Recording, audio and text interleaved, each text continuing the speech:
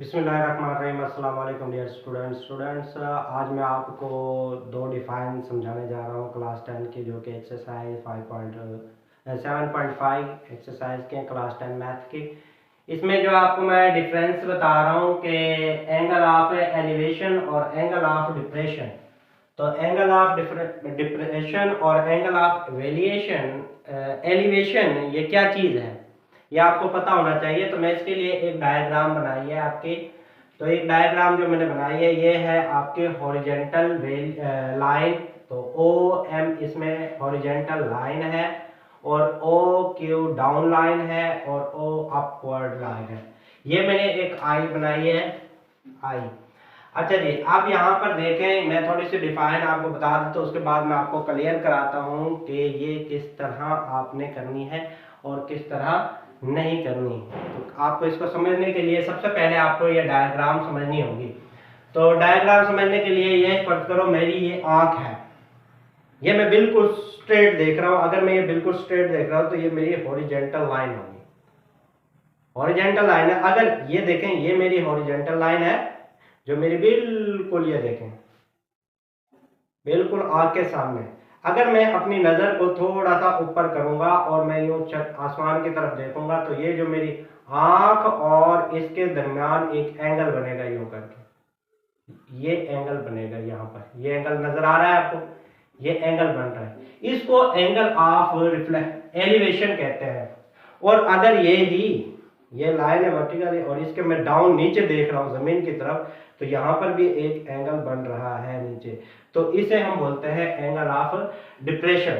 तो यहाँ पर जो है वो एम ओ पी जो है वो एंगल ऑफ एलिवेशन है, ये एंगल ऑफ एलिवेशन है। और ये जो एंगल बन रहा है एम ओ क्यू, तो ये एंगल ऑफ डिप्रेशन बन रहा है। तो अब मैं इसको थोड़ा सा क्लियर कर देता हूं आपको कि ये डिफाइन है, क्योंकि अब आप इस तरह तो आपको समझ आ गई होगी, प्रैक्टिकली तौर पर आपको समझ आ गई होगी। अब मैं आपको देखता हूं, यहाँ पर है what is the difference between angle of elevation and angle of depression. तो इसमें एंगल ऑफ एलिवेशन की पहले डिफाइन दी हुई है। Suppose O P Q 3 point है, ओ पी और क्यू ये 3 पॉइंट है, are 3 points, P being at a higher, P जो है वो हायर लेवल पे लेंगे हम ओ से। ओ ये ओ है, इससे हायर लेवल पर जो है वो पी पॉइंट लिया हमने। तो यहाँ पर higher level of O and Q be, Q जो ये हमने लिया है तो ये being at lower level of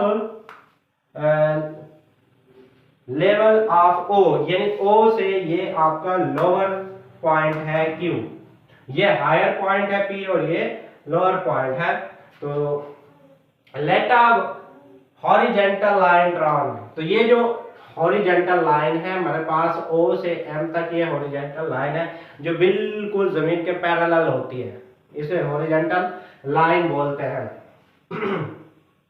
meat in M the vertically line drawn through P and Q. अब आपने ये करना है, इसमें पी से आपने वर्टिकली लाइन गिरानी है क्यू पर। ये वर्टिकली लाइन है, जो हम कोई भी चीज यहां से छोड़ देते हैं तो ये बिल्कुल जमीन पर सीधी लाइन में गिरेंगे, जिसे हम बोलते हैं वर्टिकली लाइन। और जो ये मेरी नजर के बिल्कुल सामने स्ट्रेट या जमीन के पैरेलल बन रही है उसको हम बोलते हैं हॉरिजेंटल लाइन। ये लाइन हमने बना ली है, horizontal line drawn O meet in M the vertically line drawn through P and Q, P and Q ये लाइन हमने वर्टिकली डाउनवर्ड लाइन खींच ली है। अब हमारे यहाँ पर चेक करेंगे जो angle of M O P, ये एंगल जो बन रहा है ये हमारा is called the angle of elevation of point P as seen from O. O से अगर हम इधर देखते हैं तो ये हमारा एंगल जो बन रहा है ये एंगल ऑफ एलिवेशन होगा। तो ये एंगल ऑफ एलिवेशन की डिफाइन आपको समझ आ गई है। तो नेक्स्ट जो है अब है angle of depression. The angle of M O Q is M O